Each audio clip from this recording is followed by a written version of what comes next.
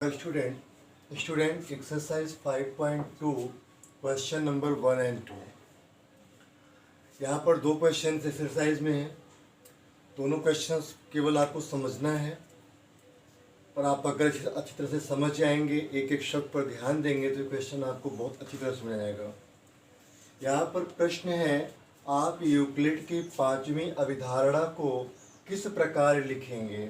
Euclid की पांचवी अभिधारणा को किस प्रकार लिखेंगे ताकि वह सरलता से समझी जा सके।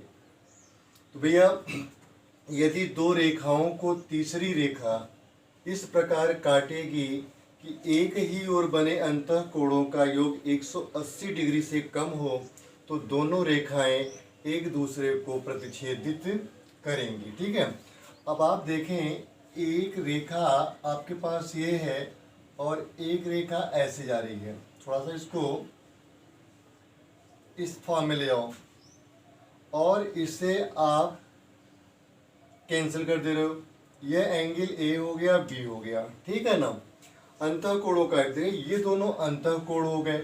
ठीक, अब अगर आपका ये आ जाए कि कोण ए प्लस कोण B is less than 180 degree, ये तो बात कही गई। यदि दो रेखाओं को तीसरी रेखा इस प्रकार काटेगी कि एक ही ओर ये बने हुए हैं, ठीक है ना, दोनों ओर ही बने हैं, कि अंतःकोणों का योग 180 डिग्री से कम हो तो दोनों रेखाएं एक दूसरे को प्रतिच्छेदित करेंगी। ये रेखा कहीं जा करके आगे एक दूसरे को काट देगी। ये क्वेश्चन था यूक्लिड की पांचवी अवधारणा जो आप लिखेंगे। अगला क्वेश्चन है, क्या यूक्लिड की पांचवी अभिधारणा से समांतर रेखाओं के अस्तित्व का औचित्य निर्धारित करती है।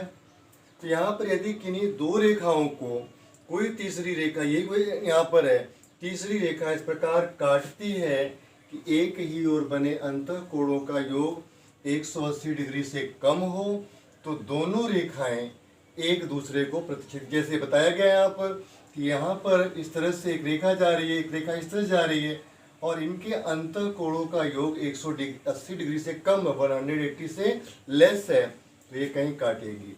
यहाँ पर भी यही बात कही गई, प्रतिच्छेदित करेगी। तात्पर्य यह है कि आंतरिक कोणों का योग अगर 180 डिग्री है तो रेखाएं समांतर होंगी।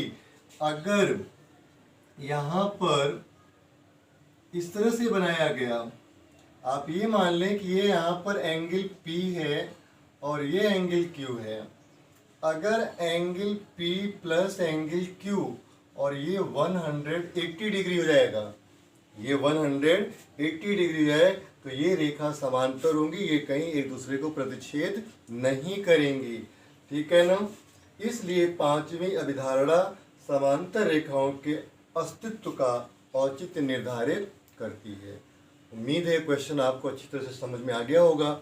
इसे आप 2 बार 3 बार इस क्वेश्चंस को पढ़ें, वीडियो पॉज करके इस क्वेश्चंस के आंसर्स को पढ़ें और डायग्राम आप, और अगर एग्जाम में आपने डायग्राम अच्छे से बना दिया तो आपको एग्जामिनर अच्छे मार्क्स देगा।